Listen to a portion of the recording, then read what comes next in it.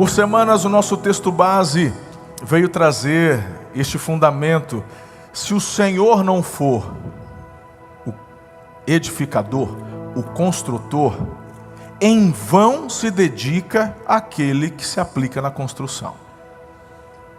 Ele é a fundamentação e a razão de todas as coisas. Entendemos na primeira mensagem qual o propósito da família, que é expressar a glória de Deus, é viver os propósitos de Deus. Ouvimos também os papéis que cada um de nós precisamos desempenhar, não como obrigação, não como algo forçado, não como quem tem um chicote nas costas, se não fizer está perdido, mas por amor, inspiração, por entender que é o melhor, que é o que vai dar certo. Entendemos também que nossa família, nossos filhos, são heranças extraordinárias que recebemos de Deus e que precisamos cuidar, preparar, equipá-los para viverem algo lindo e extraordinário. Eu sei que quando hoje teve a apresentação de bebês, é tão gostoso quando pegamos um filho no colo, é tão especial. Me recordo quando ouvi pela primeira vez os batimentos do coraçãozinho da Karen. Nem sabia que era uma menina. Estava lá no interior de Minas Gerais, uma enfermeira com aquela, não era nem ultrassom, era só aquele negocinho para ouvir o batimento só. E eu me recordo que as lágrimas desceram em pensar que um jovem de só 21 anos, dois jovens, e que o fruto do nosso amor estava gerando uma vida. Eu falei, meu Deus, e quando ela nasceu, e quando a gente começou a ter aquele presente nos braços, e alimentar, dar banho, cuidar, então existe uma tendência de acharmos que é nosso, foi para mim, e usamos esta expressão sem nenhum problema, presente de Deus, e é de fato, mas não posso perder jamais de vista de que essa herança é do Senhor e que Ele nos confia, e de que amanhã esse filho e essa filha estarão vivendo as mesmas emoções que você está ao pegá-los pela primeira vez nos braços.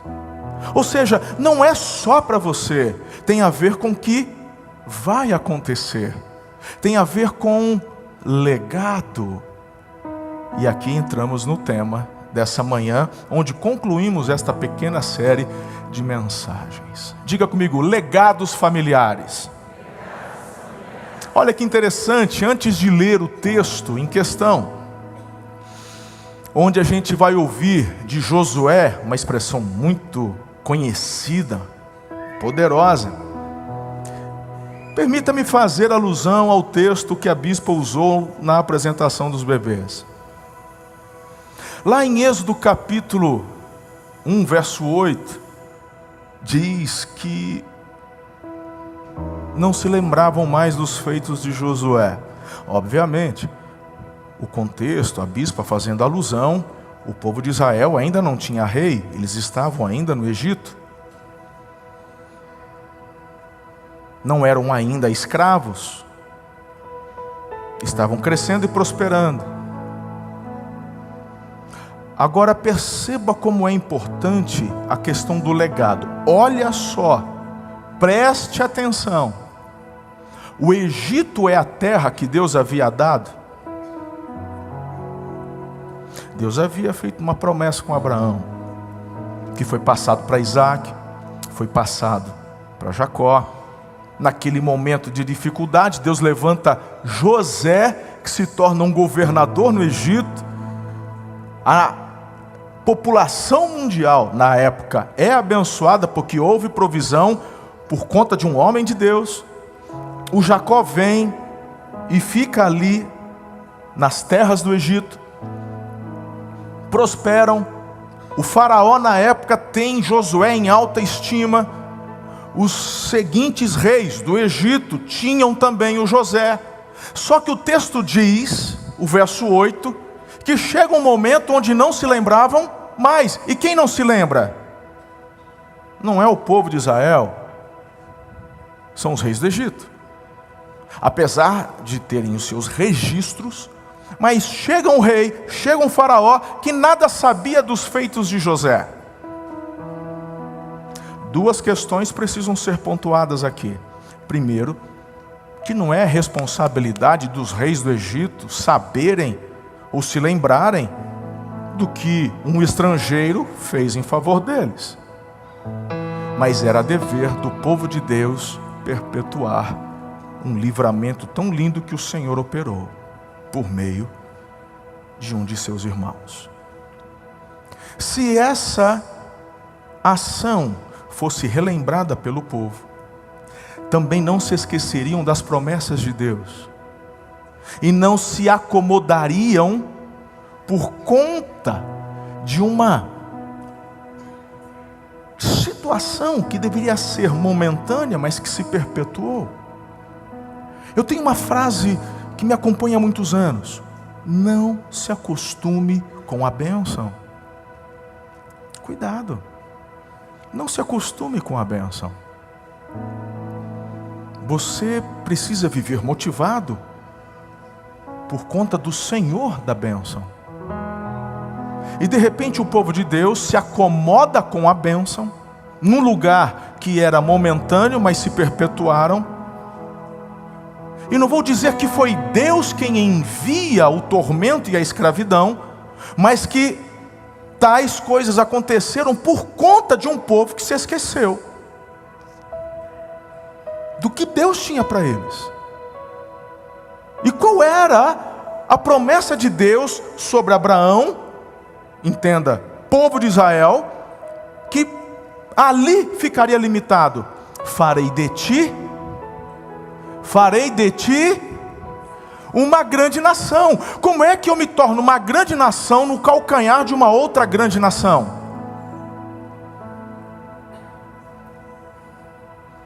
Se o povo tem dentro do coração isso muito bem alicerçado, já teriam retornado. Falou: olha, aqui não avançaremos. Ter um refúgio, ter um momento é uma coisa. Agora querer viver os sonhos de Deus num lugar onde não é o nosso lugar, bobagem. Legados familiares têm a ver com uma visão geracional que Deus tem para cada um de nós. Agora sim, entenda algo bem bacana através da boca de Josué. Falei do José, mas agora é o Josué, bem depois. Capítulo 24, verso 14 diz o seguinte: agora temam o Senhor. Vocês já assistiram filmes medievais, onde aqueles confrontos nos campos de batalha, que normalmente acontecem nos vales, um povo de um lado, soldados do outro ali, e eles se juntam no meio? Já assistiram? Coração Valente, eu gosto muito desses filmes aí. Sempre antes desse confronto, o rei, ele está passando a revista à tropa e levantando o moral do exército, não é assim? É o que Josué está fazendo. O que antecede é a conquista da terra.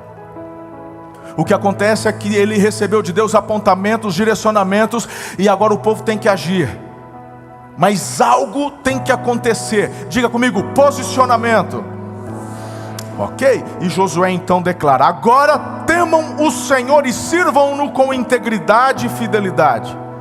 Joguem fora os deuses que os seus antepassados adoraram além do Eufrates e no Egito, e sirvam ao Senhor. Se porém não lhes agrada servir ao Senhor, escolham hoje a quem irão servir. Se aos deuses que os seus antepassados serviram além do Eufrates, ou aos deuses dos amorreus em cuja terra vocês estão vivendo, mas eu e a minha família serviremos o Senhor. Eu disse, essa frase é muito famosa: eu e minha casa serviremos ao Senhor. Quem sabe você já fez essa declaração profética, aleluia, mas ela precisa ser acompanhada de atitude. Não é apenas uma frase de efeito, porque naquela época muitos dos reis, não vou dizer todos, ao trazer essa palavra de comando, ele pegava o seu cavalo e corria bem para de trás. E o povo ia. Não é o caso de Josué, ele é o primeiro da fila. eu tenho uma convicção, Deus está me dando uma direção de avançar, de conquistar. Eu e a minha casa. Não é algo que eu estou fazendo para um momento, não é para poder sair das dívidas, não é porque eu quero passar no concurso, não é porque eu quero comprar a minha casa, não, meu irmão, eu e a minha casa, é um legado, é algo para uma vida e para minha descendência. Quando ele diz eu e a minha casa, eu estou me posicionando, eu sou o líder, eu vou fazer acontecer, mas isso vai ser levado adiante. Não tem como, por exemplo, pregar esta mensagem sem antes você ter ouvido as 3 primeiras. Nesse caso, a ordem alteraria muito o resultado. Como que alguém se posiciona de uma forma tão forte que não entenda primeiro a função de liderar e de inspirar, e como essa liderança se manifesta dentro do lar, que não é por imposição? Como se posicionar com tamanha força ao lado do Senhor, sem entender que o legado maior da família e o propósito dela é refletir a glória de Deus, que foi a primeira mensagem. Então perceba que depois de conversarmos e termos todos estes fundamentos, agora eu me posiciono e digo, não apenas eu, não é apenas uma conquista, mas a minha casa e eu escolhemos o Senhor e permaneceremos ao lado do Senhor. Eu acho isso aqui muito forte e poderoso. Diante disso, eu quero pontuar com vocês algumas questões aqui. A primeira delas eu já expressei, mas só para você anotar. Nosso Deus, Ele é um Deus de gerações.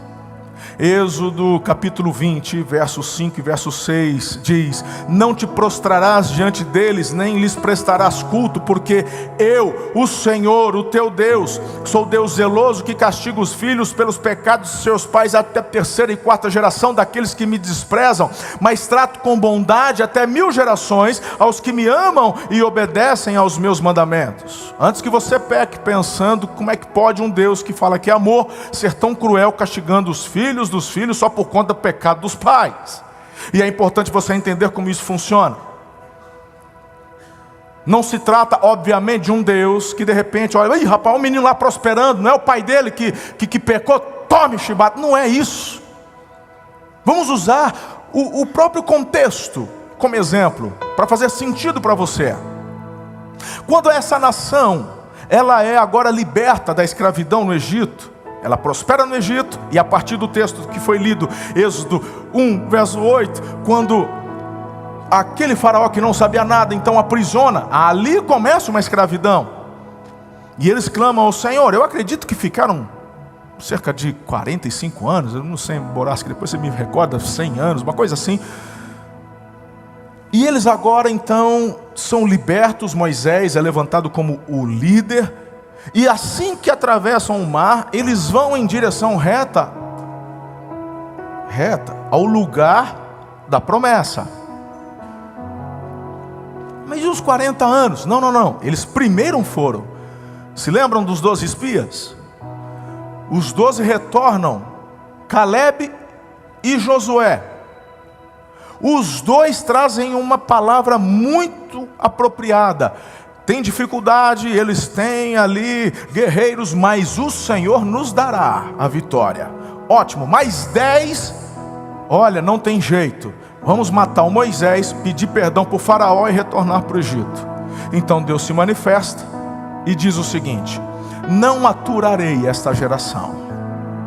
E eu declaro que esta geração que rejeitou a promessa que eu acabei de fazer, não vai entrar na terra. E então tem-se início aos 40 anos de peregrinação no deserto. Você está comigo, não está? Perfeito. Agora, ficar peregrinando 40 anos no deserto é algo bom ou ruim? Bom ou ruim? É ruim, é óbvio. Você sabe das dificuldades. Tem hora que tem água, tem hora que não tem como plantar, não tem como colher, não tem, é difícil. Então durante 40 anos os israelitas não tiveram filhos, certo? Errado. Continuaram tendo filhos, porque eram justamente os filhos que herdariam depois com Josué, no texto que eu acabei de ler, capítulo 24, a terra. Só que estes filhos, mesmo não tendo pecado, mesmo não tendo rejeitado, mas pela rejeição dos pais, eles estão colhendo os mesmos resultados que os pais, por conta da semeadura deles. Eles nasceram onde? No deserto.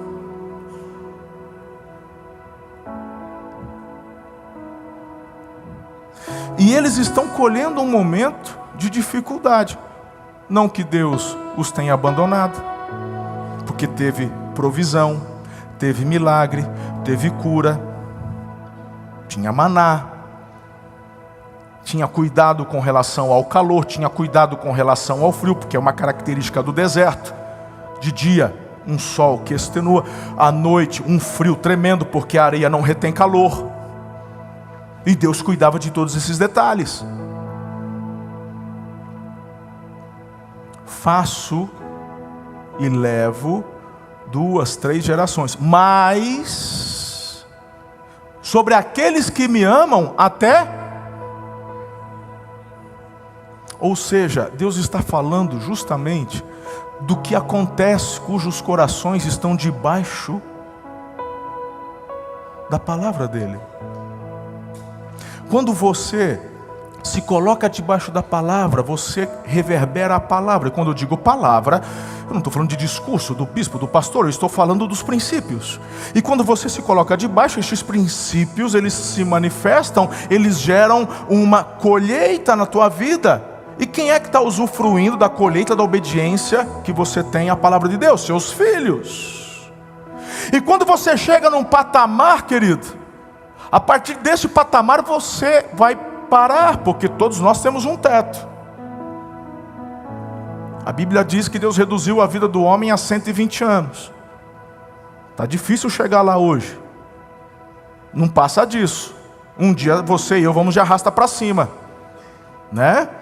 A gente se esforça para ficar o maior tempo possível, mas vai chegar uma hora que vem o arrasta para cima. Quem é que continua? Teus filhos. Se você é alguém que simplesmente ignorou, você ainda está aqui.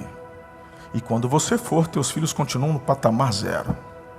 Mas se você é alguém que se colocou debaixo, você avançou. E quando você for, teu filho não começa daqui, ele começa de onde você parou. E essa velocidade vai, e eu faço por 1000 gerações. E aí a gente entra no que conversou, inclusive, semana passada. Quando teus filhos, ao entenderem que você ama o Senhor, não por religiosidade, mas porque entende quem Ele é de fato, os olhos deles brilham e eles não vão escolher outro caminho. Quando eles crescerem, não se afastarão do Senhor. Esse é um legado extraordinário. Faz sentido isso, igreja? Amém. Diga a Deus, é um Deus de gerações. Trato com bondade até 1000 gerações. O Evangelho é uma promessa para todas as gerações. Atos capítulo 2, verso 38. Pedro respondeu: arrependam-se cada um de vocês e seja batizado em nome do Senhor Jesus Cristo para perdão dos seus pecados e receberão o dom do Espírito Santo, pois a promessa é para vocês, para seus filhos e para todos os que estão longe, para todos quantos o Senhor nosso Deus chamar. E para você, é para os seus filhos. Deus é um Deus de geração, é um Deus geracional. Segundo lugar, a bênção de Deus precisa ser passada adiante. Quando falamos de legados familiares, entender que isso precisa ser continuado é muito importante. Segundo Timóteo capítulo 1, verso 5, nos traz aqui uma palavra que aquece o coração da gente. Paulo conversando com aquele jovem líder, aquele jovem pastor, ele faz uma declaração muito bonita: recordo-me da sua fé não fingida. Recordo-me da sua fé não fingida. Quem está dizendo isso é alguém que sabia muito bem como é que funcionava uma religiosidade. Paulo, ele, antes de conhecer a Jesus, ele era uma certa autoridade na época, e por ordem das castas, dos fariseus, perseguia a igreja, e ele sabe muito bem o que acontece. Eu tenho visto muitos comentários hoje nas mídias, e eu ouvi um pedaço num podcast onde uma pessoa recebeu uma pergunta. Eu não sei quem é, porque eu só vi o corte. E a entrevistadora falou para aquele senhor, não sei se pastor, não sei o que é. Ele diz: por que hoje temos tantos desviados? Aí aquele homem respondeu: eles permanecem na igreja até terem acesso aos bastidores.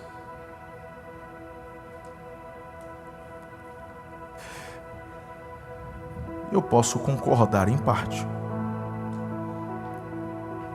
Eu posso concordar em parte. De fato, algumas pessoas, quando têm acesso ao que acontece ali atrás, possam se escandalizar e falar: meu Deus, de Deus não tem nada, e vai sair. Mas colocar tudo dentro do mesmo balaio é um outro erro grotesco.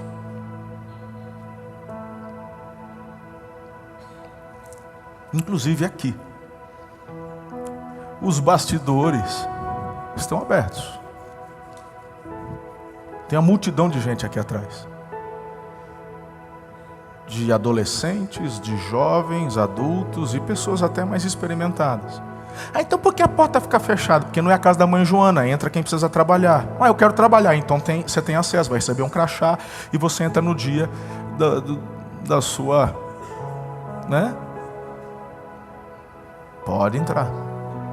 Todo mundo tem acesso. Desde os seguranças, isso e aquilo. E são tantos ministérios. E esses que entram, vêm, participam, assistem. Alguns saem? Saem. Mas não saem porque viram. Saem por algumas outras razões que são particulares. E eu respeito a decisão de cada um. Mas não porque tiveram acesso. Estou falando agora do nosso contexto. Mas quando eu ouço Paulo falar para Timóteo: conheço a tua fé não fingida, para mim é exatamente isso.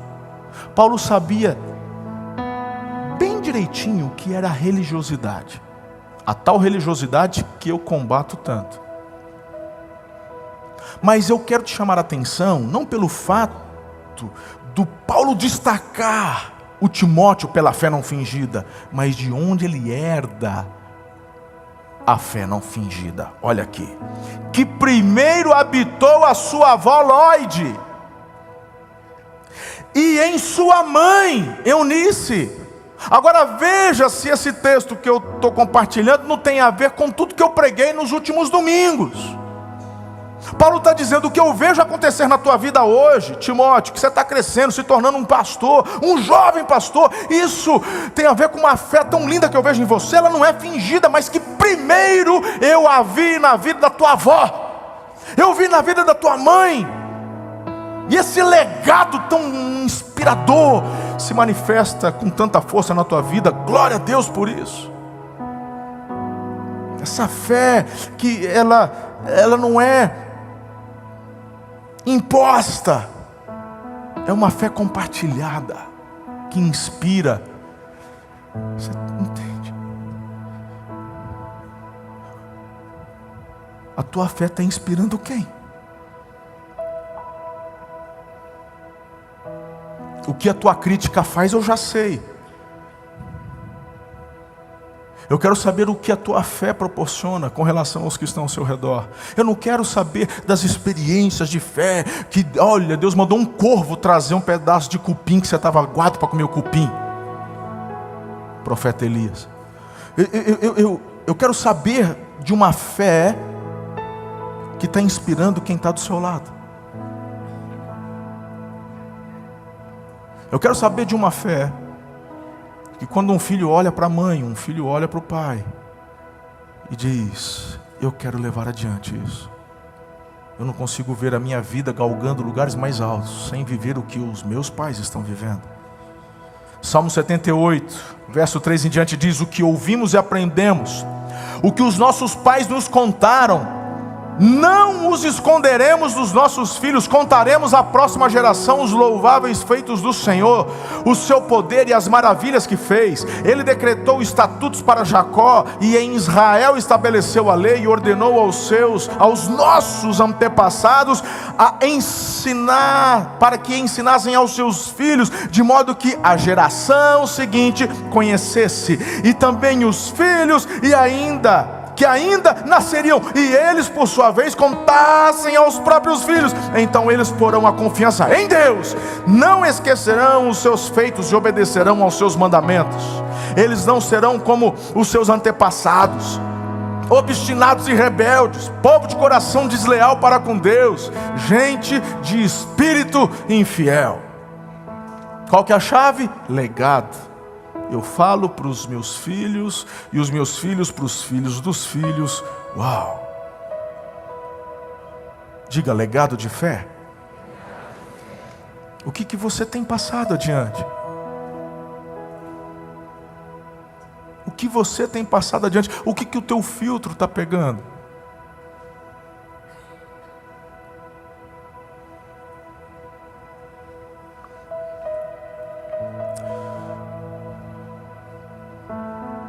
Como o homem pensa, assim ele é. Vou repetir, palavra de Deus.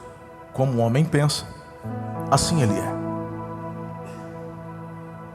O que antes era uma teoria, um pensamento, hoje já existem comprovações científicas, artigos científicos. Já tem gente que afirma que 100% das doenças são provenientes da nossa cabeça. Ouvindo um especialista, ele disse, entre eles, os principais, câncer. Ele falou: e o que provoca o câncer? Ele disse: raiva, mágoa, falta de perdão. Ele falou: estes 3 principais sentimentos alimentam o câncer. Todos nós temos células cancerígenas que estão ali quietinhas. Todos nós. Todos nós. Do lado de fora, do lado de dentro. Tem gente que vai passar uma vida inteira e elas vão ficar quietinhas. Tem algumas coisas que vão startar. Situações externas. E esse especialista estava dizendo: raiva, mágoa, falta de perdão são uma das bases que ativam estas células e vão te matar. Aí você começa a entender um pouquinho mais de umas instruções, onde o Senhor fala: assim como eu vos perdoei, perdoai vós também. Aí a gente começa a entender algumas das instruções, como do tipo: não se ponha o sol sobre a vossa ira. Aí a gente começa a entender um pouco mais instruções do Senhor, como do tipo: não andeis ansiosos com coisa alguma, antes confie no Senhor. E aí a gente começa a perceber que essas instruções não são apenas instruções porque Ele quer um monte de robozinho fazendo o que Ele manda e pronto, acabou. É porque a promessa continua. Nós somos o Israel de Deus. A igreja hoje é o Israel de Deus. A palavra nos diz que pela fé nos tornamos também filhos de Abraão. Ou seja, uma promessa que foi feita. Deus chama para si povo que não era seu povo. E aqui está a igreja. E aqui está a grande maravilha dessa aliança em Cristo, que é superior à primeira aliança, onde faz povo quem não era povo. E qual é a promessa com Abraão? Eu falei hoje: fazer de ti uma grande. E Ele quer que o Senhor quer que você cresça, que você compartilhe, que você viva, que você experimente coisas extraordinárias. Então, por que é que você vai ficar retendo o perdão?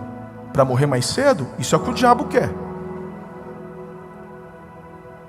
para ficar trancado dentro do quarto, porque eu sei que existem questões que nos levam a uma depressão, que vai além, muitas vezes, de questões que escolhemos. Pode ser um problema hormonal, de você não produzir algum hormônio que todo mundo normalmente produz e você não. Graças a Deus existem médicos, existem tratamentos, existem suplementos, mas a maioria das depressões são causadas por mágoa, raiva e falta de perdão. Cada dia que você passa trancado, sem querer ver ninguém, sem conversar com ninguém, só tem um que está perdendo, não são os outros, é você. Às vezes não queremos perdoar porque achamos que quando eu retenho o meu perdão, de alguma forma eu vou atingir o outro, e você está se esquecendo que o único que está sendo atingido é você mesmo. E o diabo está tendo vitória porque ele sabe que essa semente ele vai cada vez cutucando de uma forma mais incisiva até vir algo que abrevia a tua vida. Uma outra doença silenciosa que tem matado milhões e milhões de pessoas é o diabetes.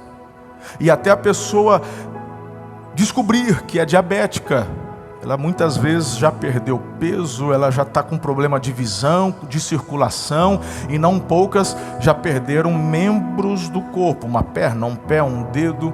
É uma doença maldita. Mas o que poucas pessoas sabem é que a diabetes tem o seu início muitas vezes não só pela vida sedentária, não só porque tem uma alimentação totalmente desregrada, mas por questões emocionais. Muitos acabam desenvolvendo diabetes depois de um trauma, de uma traição, de um abandono.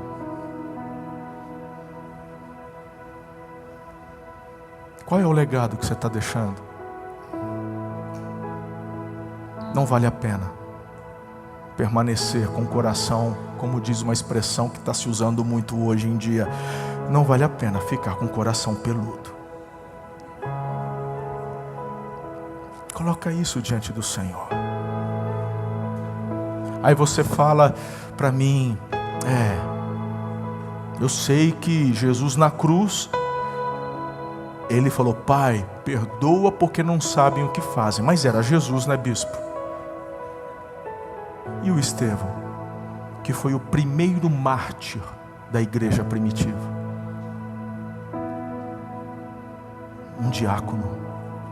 Sabe o que Estevão fazia? Ação social.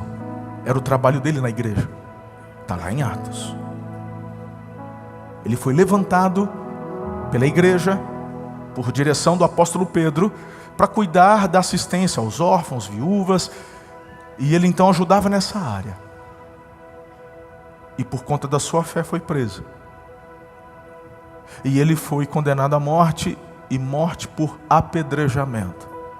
E naquela época o apedrejamento se dava de uma forma simples.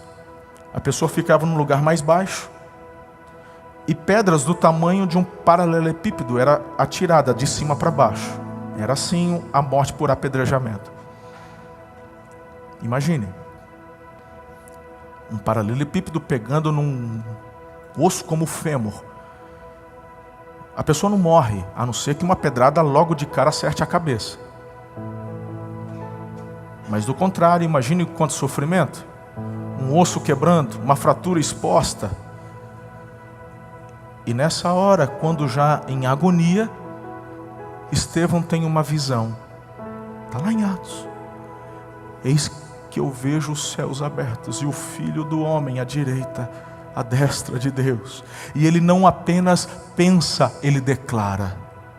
Ele está morrendo por causa da fé. Ele tem uma visão que só ele está enxergando, mas ele não quer guardar para si, ele quer compartilhar. E ele faz essa declaração. A Bíblia diz que os seus opositores, ao ouvirem o compartilhar dele, começaram a rilhar os dentes de raiva e acentuaram o apedrejamento. E aí Estevão faz uma última declaração: Pai, perdoa, porque eles não sabem o que fazem. Então falar para mim que Jesus falou o que falou porque era Jesus, tá, eu vou deixar passar.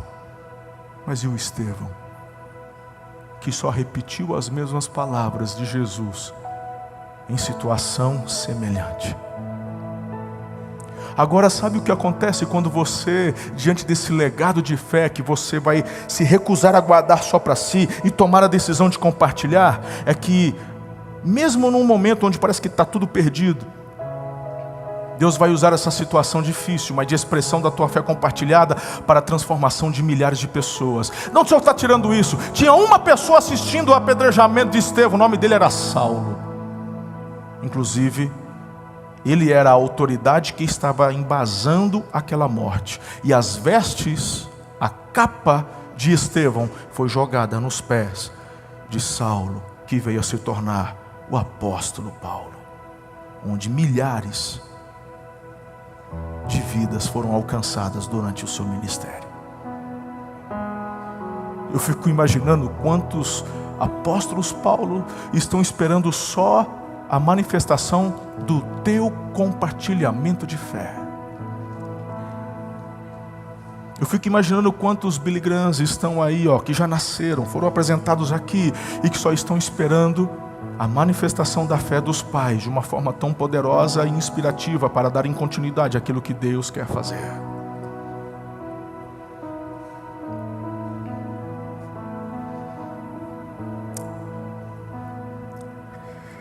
O legado de fé também precisa ser um legado de provisão. Eu estou chegando à conclusão. Esse texto mudou minha vida, eu já compartilhei isso aqui algumas vezes e por isso acho muito importante compartilhar também no término dessa mensagem. Provérbios capítulo 13, verso 22. Você cantou o que eu estou ensinando para vocês aqui há algum tempo. Nada quebrado, nada faltando, nada fora do lugar. É o conceito de Shalom. Essa é a manifestação da paz de Deus. Ok? Por muito tempo eu ensinava e pregava isso, falando: o legado que eu vou deixar para as minhas filhas é o legado da fé, é a tocha da fé. Aleluia, isso é bom. Eu acabei de falar exatamente sobre isso até agora. E algumas vezes eu era até indagado, alguns colegas meus, e falaram assim: você já tem casa? Isso, eu já tinha 40 anos. Eu falei: não tenho casa ainda. Mas como não tem? Uma igreja do tamanho da sua, você não tem casa, não sei o quê. Eu falava: não, eu estou preocupado. E eu falava: eu não estou preocupado com isso. Eu não estou preocupado, eu quero deixar o legado da fé. E para mim isso é... Aí, para algumas pessoas, falam assim: ai, tá vendo? Isso, irmão, não tem nada a ver com falsa modéstia. Eu gosto de coisa boa, na época eu gostava também e tal, eu só não entendia isso como coisas importantes. Eu falei: se tiver, tem, se não tiver, não tem. Se Deus der, eu vou pegar, vou querer. Se Ele não quiser dar também, tô de boa. Até que me deparei com Provérbios 13, 22. O homem bom deixa herança para os filhos de seus filhos, mas a riqueza do pecador é armazenada para os justos. Eu falei: ei. Tá, eu poderia ficar uma hora pregando sobre o que esse texto de fato quer dizer. Sobre a forma como Deus preserva aquele que entende o propósito e que debaixo dele dá continuidade ao que Deus entrega, e como que aqueles que também prosperam sem a bênção de Deus, mas não existe legado e isso depois é simplesmente repartido. Por isso que a Bíblia fala: não tenha invejas do homem mau que prospera em seu mau caminho, ri-se-á dele o Senhor. Mas é uma outra mensagem para um outro dia. Me permita me ater apenas à primeira parte. O homem bom, ele deixa a herança para os seus filhos. Isso aqui não tem a ver com valor monetário apenas. Quando eu me deparei com esse texto, eu fui orar. Falei: ei, será que eu estou fora de alguma questão aqui? E eu sempre procurando me ater a uma excelente administração com relação à igreja e fazer aumentar e frutificar as coisas aqui da igreja, e o auxílio de ótimos gestores, uau, bacana. Eu falei, mas e também na minha vida pessoal, será que eu também não deveria, com os recursos que Deus me entrega, fazer multiplicar e avançar e crescer a fim de deixar? Aí eu comecei a entender o que compartilhei na introdução. Da onde os nossos filhos vão continuar? Da estaca zero? Ou de um ponto de onde eu os deixar? Perceba o que eu quero falar sobre conceito de velocidade e avanço. Tem muito, aí você fala, mas tem gente que deixa a herança onde os filhos brigam e depois perdem tudo. Perfeito. Exatamente o que Provérbios está dizendo. É exatamente isso. Mas quem faz tudo que eu estou ensinando desde as primeiras mensagens? Quando você deixa esse legado, essa herança, seus filhos, diante de todo o legado de fé, de propósito, ele pega isso e fala, eu tenho que multiplicar. Por quê? Porque o que meu pai fez comigo, eu preciso fazer com os meus filhos, com os meus netos, e as coisas vão fluir e avançar. Ouvi certa vez de uma pessoa que compartilhou comigo que quando nova, ouvia o pai dizer, um pai bem abastado, com muitos recursos, dizia, eu não vou deixar herança para filho nenhum, e até usou uma expressão muito ruim. E essa pessoa que compartilhou comigo, muito querida, íntima, falou como aquilo foi duro, ouvir de um pai, não vou deixar. E o pai, muito rico, com recursos. A gente faz uma leitura, e a leitura é, o que eu tenho, o que eu consegui, eu conquistei, eu usufruo. Cada um que cuide de si, faz a sua parte, vai correr atrás. Bem, eu conheço história e conheço o final dessa pessoa que fez tal declaração. De fato, ele perdeu tudo. Mas não porque ele fez questão de gastar para não deixar nada para ninguém.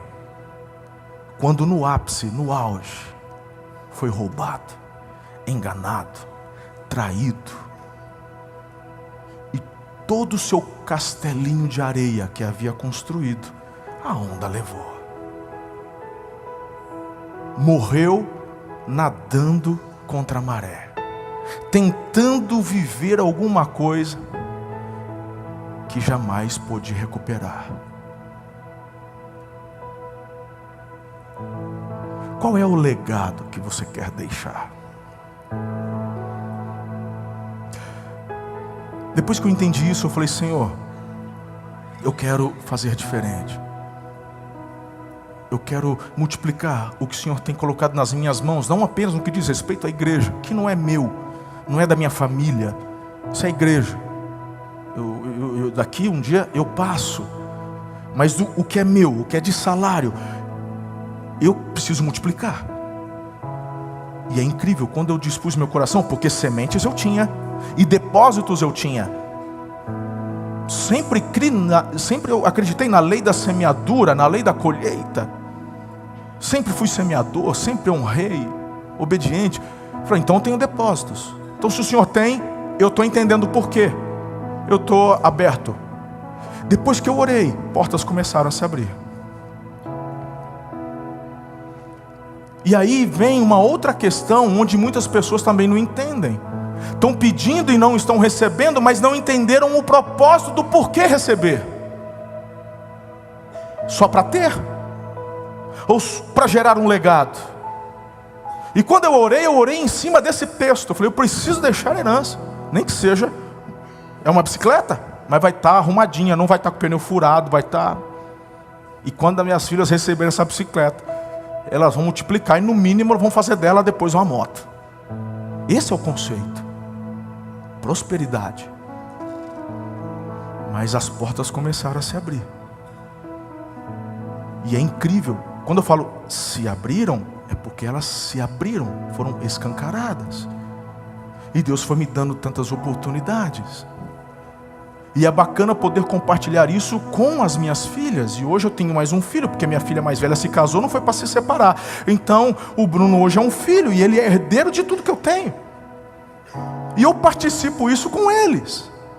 Eu já tive conversas com o meu genro, dizendo, olha, se uma coisa acontecer comigo, filho, eu confio em você para administrar o que eu tenho. Cuida da bispo, não só da Ana. Porque a minha herança eu vou deixar contigo. Você tem expertise, tem conhecimento. A Letícia ainda não casou, não está namorando nem nada, mas eu estou pedindo para Deus um filho. E eu sei que o marido que Deus vai dar ainda para Letícia vai se tornar um filho, e não alguém que vem para disputar espaço com meu outro genro, mas eles serão irmãos. Porque é o conceito que eu ensino para as minhas duas filhas, e é o que eu ensino e espero dos filhos que são agregados, que Deus me confia e me dá. Então, interessante que cada bem que eu adquiro, eu comprei um relógio novo, eu chego por Bruno, ele gosta de relógio, e falo assim, isso aqui é herança. Eu falo assim, mas não é para ficar desejando morrer cedo não. Não é para dar de filho pródigo não, pedir herança antes do tempo. Mas o que é meu é teu. E eu participo isso com elas, e elas sabem disso. E algumas coisas que eu faço empreendimento, de empresa, disso, aquilo, eu já trago o meu genro como sócio, falo, vamos fazer isso aqui, vamos fazer um projeto junto, olha, 40% é seu, 20% aqui e tal, vamos junto, mete o couro, vai para cima, vamos avançar. Coisa bacana, eu quero que eles cheguem mais longe. Quando você entende isso, é incrível como que as portas começam a ficar escancaradas. Não há disputa entre eles. Não existe aquela questão, fez para Letícia, não fez para mim, fez para Karen, não fez para mim. Eu ensinei elas desde cedo a celebrarem umas com as outras.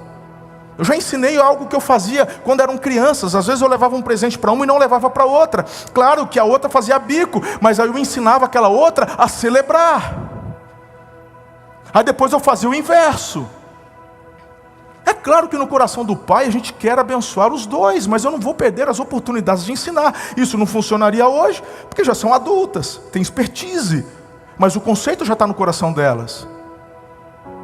E quando fiz o casamento, quando tivemos a festa, a irmã celebrava, não ficava quero ver no meu o que você vai fazer. Nunca aconteceu isso lá, porque eu ensinei. Como pastor, quantas e quantas famílias eu vi se dissolvendo por conta de briga de herança que pai deixou. Mas o homem de bem, ele deixa uma herança que não é para servir de disputa, porque o homem de bem, ele deixa um legado antes de deixar a herança. E esse legado une, porque é um sentimento de propósito que vai avançar e continuar. Você entende o que eu estou falando? Coloca isso como um propósito na tua casa. Não tenha medo de conversar, de falar, de ensinar sobre isso. E por fim eu concluo nessa manhã deixando a pergunta: qual é o legado que você está construindo na sua casa, na sua família?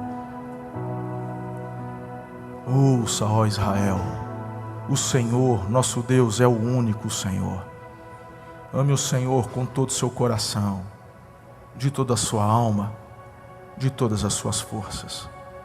Priorize Deus em seu lar. Seja um exemplo real. Ensine a palavra constantemente. Invista tempo na sua família. Eu fiz a mesma declaração de Josué há muitos anos atrás. Eu e a minha casa serviremos ao Senhor. Eu queria muito que você fizesse essa declaração também. De repente tem algumas coisas fora do lugar. Então não deixe de profetizar todos os dias o shalom na tua casa. Às vezes os filhos estão distantes. Às vezes alguns dos filhos se desviaram da fé. Hoje é um bom dia para você colocar seus joelhos no altar e clamar. E pedir ao Senhor, me ajude, porque o legado que eu quero deixar é um legado de fé, de unidade, de amor, de bênção. Meus filhos, eu quero que eles cheguem mais longe. O Senhor é aquele que restaura todas as coisas. Talvez você nessa manhã se entristeça porque nem o Pai você conhece. Talvez alguns de vocês poderiam dizer: como eu queria ter um pai igual o bispo, que ensina, que fala. Meu pai, espera lá, mas a Bíblia diz que olhar para o passado e ficar remoendo é falta de sabedoria. Olha para frente. A gente tem permissão para olhar para trás por uma única razão: é para celebrar os feitos do Senhor, não para remoer. Olha para frente, porque você teve um encontro com Jesus, e se não teve, vai ter hoje, onde você vai entender que Ele é o único caminho, Jesus é a verdade, Ele é a vida, e que ninguém tem relacionamento com o Pai se não for por Jesus. E que na cruz de Jesus todas as maldições são quebradas, porque Ele se fez maldição por nós. Então, se teu pai foi um pai ausente, se o teu pai você nem o conheceu, se o teu pai lhe causou tantos males, não importa, na cruz todas as maldições foram quebradas. Talvez você tenha tido que começar do zero, mas os seus filhos não vão. Porque você vai viver a partir desta série de mensagens uma família inabalável. Você vai deixar um legado incrível. Diante dessa compreensão, você vai ver como Deus vai começar a abrir as portas e como você vai começar a avançar. Eu não estou dizendo que vai ser tudo perfeito, irmão, mas você vai ter o bom ânimo de Jesus todos os dias, porque Ele prometeu estar ao seu lado. E hoje vai ser melhor que ontem, e amanhã vai ser melhor que hoje, e assim até o dia do nosso encontro com Ele. Seus filhos continuarão e viverão algo ainda maior do que o que você vai viver. Não tenha medo, porque você é um homem de bem, uma mulher de bem, e o que você vai deixar para os seus filhos não vai causar problemas entre eles, vai promover unidade, porque o mais importante você vai compartilhar primeiro. Coloque-se em pé. Eu quero orar por tua vida, e eu quero dizer que o altar está aqui à sua disposição. Quero orar por você, por sua casa. Quem sabe você que ainda não entregou tua vida a Jesus, esse é o primeiro grande passo, o mais importante de todos. A equipe de intercessão está aqui, eu quero que eles unjam você, que eles orem por você. E olha, quando você toma uma resolução no coração diante de Deus, uau, isso é muito poderoso. Eu sou testemunha de como as portas se abriram depois que eu entendi e tomei essa resolução. Vai ser assim sobre a tua vida também. Em nome de Jesus, em nome de Jesus. Talvez você esteja preocupado porque o teu momento financeiro é de grande tribulação, de endividamento, mas quando você alinha o coração, o Senhor vai te ajudar a colocar tudo em ordem. E não se esqueça, a bênção da prosperidade vem da obediência de colocar casa em ordem. Não é um saco de dinheiro que vai chegar para resolver os teus problemas, é algo de dentro para fora. É a partir de uma resolução, de uma decisão, de uma consciência tua diante da palavra de Deus. E esse é um dos maiores legados que talvez você tenha oportunidade de deixar para os seus filhos, de como a sua vida foi transformada. Eu quero orar por você. Vou te dar 30 segundos. Se você ainda quer vir aqui à frente, você que está em casa me assistindo, se você tiver oportunidade, se você está no aconchego do seu lar, ajoelhe-se aí agora em nome de Jesus e peça e clame ao Senhor. Logo em seguida eu vou orar por vocês. Declare mesmo. Nada fora do lugar, nada quebrado, nada faltando, nada fora do lugar. Nada quebrado, nada faltando, nada fora do lugar. Nada quebrado, nada faltando, nada fora do lugar. Nada quebrado, nada faltando, nada fora do lugar. Tudo novo, tudo novo. Amém. Tudo novo, a tua presença faz. Tudo novo, tudo novo, tudo novo. Senhor, essa é a oração que fazemos em fé. Eu não sei o que eles viveram até aqui, o que foi construído até aqui, qual o legado que está sendo gerado até aqui. Mas eu sei, Senhor, o que pode acontecer a partir de hoje, o que pode acontecer a partir de uma decisão diante do teu altar, da tua presença. Um coração quebrantado e contrito o Senhor não despreza. Eu peço por blindagem com relação às famílias da tua igreja. Eu repreendo todo mal, todo divórcio, toda divisão, toda rebelião, rebeldia. Em nome de Jesus vai caindo por terra todos esses sentimentos. Tudo aquilo que estava fora do lugar, que estava quebrado ou faltando, nós declaramos o shalom do Senhor sobre as casas, as famílias, em nome de Jesus. Se porventura haviam aqui enfermidades, doenças causadas justamente por aquilo que foi dito, retenção de perdão, raiva, ódio, ansiedade, cai por terra todos esses sentimentos, e que o perdão seja liberado agora e acompanhado da cura divina em nome de Jesus. Repreendemos toda enfermidade, toda doença, tudo aquilo que vem do inferno. Senhor, nós não queremos aquilo que vem do teu altar. Eu abençoo a tua igreja, abençoo os teus filhos, os que aqui estão e os que estão em casa. Há homens e mulheres, maridos, pais que estão agora declarando: Senhor, ajuda-me a constituir um legado de fé que eu vou compartilhar, mas também uma herança onde os meus filhos a partir dela continuarão. Uma herança que vai unificar, abençoar e não causar problemas. Uma herança que perpetua, Senhor, em continuidade e crescimento nas minhas futuras gerações, na minha descendência. Eu abençoo os meus filhos, os filhos dos meus filhos. Ó Deus, ouve essa oração e responda a essa oração de fé. Em nome de Jesus. Leva os teus filhos a crescerem, a prosperarem debaixo dos princípios da tua palavra, a multiplicarem aquilo que o Senhor coloca nas mãos de cada um deles, para a glória do teu nome. Que os filhos aprendam vendo isso na vida dos pais. Senhor, todos os levantes sejam interrompidos, e tudo aquilo que estava de alguma forma travando seja liberado. Venha sobre este lar a alegria, a esperança, a paz que excede todo entendimento. Eu quero declarar sobre todas as famílias a manifestação da presença de Jesus. Faz isso, Pai, para a glória do teu nome. Eu quero declarar um legado extraordinário a partir de você.